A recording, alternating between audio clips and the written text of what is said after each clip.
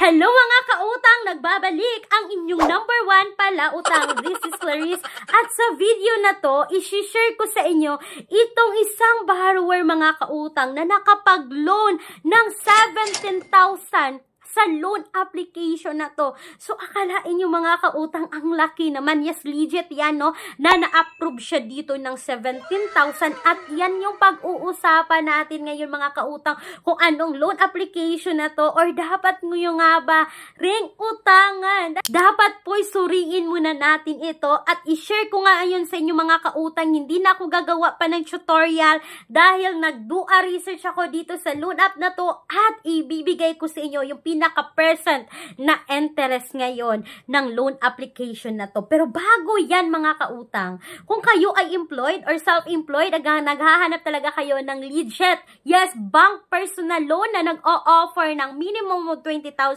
maximum of 2 million pesos. Yes mga kautang, you can email me right away, clariza@gmail.com. Ito lahat yung requirements na kakailanganin at alam nyo, babayaran ito 12 months up to 36 months installment. And please take note that all applications submitted is subject for bank approval. So, eto na nga, no, hindi na natin masyadong papahabain pa. Dahil pag-uusapan natin si Madali Loan, installment loan na under ng Quark Financing Corp. Mga kautang, pangalan pa lang ng loan application, may installment nang nakalagay. Legit nga ba nga installment Madali Loan?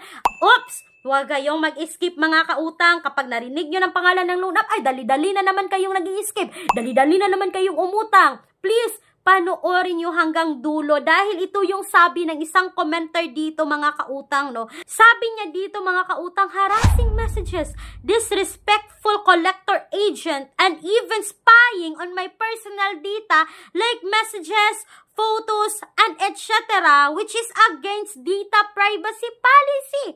Mga kautang, sabi niya dito, sa 17,000 na loan yan, yung na-receive niya dito is 13,000 plus, no? At babayaran niya mga kautang ng 20,000 in just, mga kautang, in just 7 days. Nakakaloka. Nakakahappy na 17,000 pero nakakaloka yung interest mga kautang, no? 13 plus yung ma-receive niya, so nasa 16,000 plus or almost 7K yung tubo in just 7 days, so nasa 1,000 per day yung tubo dito Madali Loan. Please make sure na do a research talaga tayo. So itong si client nito na borrower ng Madali Loan, happy sana siya kasi 17,000 yung na-approve. But, ang liit na lang mga kautang nang na-receive at ang laki ng interest. Sabi pa niya dito mga kautang, no, na gusto niyang i-cancel na yung loan niya dito. But, hindi na siya pwedeng i-cancel kasi nga, napaprocess na daw, sabi ng agent. So, wala talaga kayong magagawa kung kayo ay ma-approve dito kay Madali Loan. At hindi lang yan mga kautang. Noong December 1, 2024, sabi pa ng isang commenter dito mga kautang, no, yung first payment niya is tomorrow, December 2, and the second payment niya is December 16. So, ibig sabihin nito mga kautang, installment siya. Si Madali Loan, installment daw, mga kautang, sabi ng isang commenter. So, yung ginawa niya is nag-advance siya ng bayad, mga kautang, para daw makapag-relon siya ng mas malaki. Pero yung nangyari, mga kautang, sabi niya dito na deny yung application niya at hindi siya nakapag-relon kasi nga advance siya dito ng bayad kay Madali Loan, mga kautang. At hindi lang yan, sabi pa ng isang commenter, not recommended at just collecting info. So, kung merong na-approve dito kay Madali Loan, mga kautang, meron ding namang mga na-reject dito at ang dami kong nabasa. Ang daming na-reject dito, sabi ng isang commenter, auto-reject after collecting personal infos. This loan app is ridiculous. At ito pa mga kautang, no? Never try this app. They are threatening you to pay before due date. This is the worst app ever. It has a very high interest. So mga kautang, hindi lang nanghaharas itong loan application na to, but gusto pa nila na makapagbayad kayo bago mag-due date. Ano to, nakakaloka? At eto pa mga kautang do. Natatawa na lang ako dito sa mga comments dito mga kautang. Sabi pa ng isang commenter dito, if I only give compliment without a star because this loan app doesn't deserve even 1 star. No? Kung pwede lang daw sana na mag-comment siya ng walang star na ibibigay is ginawa niya na sana mga kautang.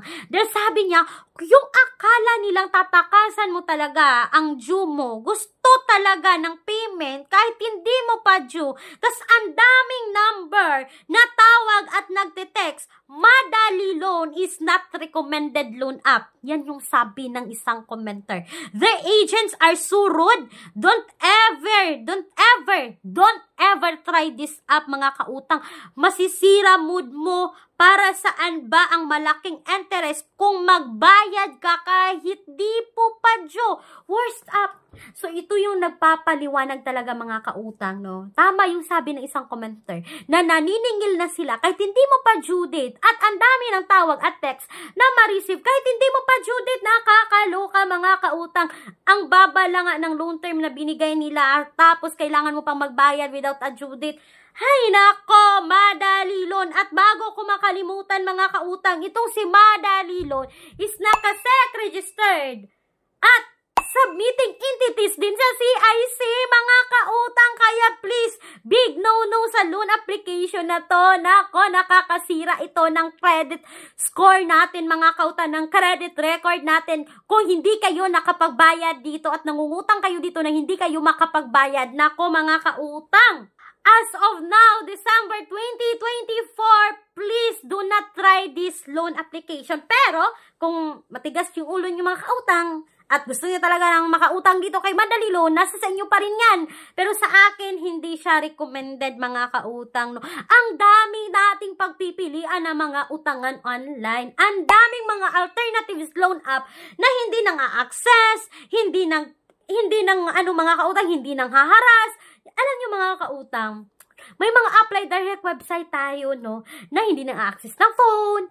May mga 30 days repayment, pero 0% interest. May mga 14 days repayment, 0% interest. May mga 0% repayment, 7 days naman. Pero mga kautang, okay na rin siguro yung 0% interest na 7 days. Kung pang emergency talaga na kailangan natin. Kung i-compare naman dito kay Madali Loan, na ang lalaki pa ng interest, may deductions pa mga kautang, no? So, sana po ay nakatulong itong quick review ko about dito sa loan application na to. Please, do a research mga kautang sa kahit anumang utangan online. Once again mga kautang, this is Clarice, ang inyong number 1 pala utang, dahil utang is life. Bye bye bye mga kautang.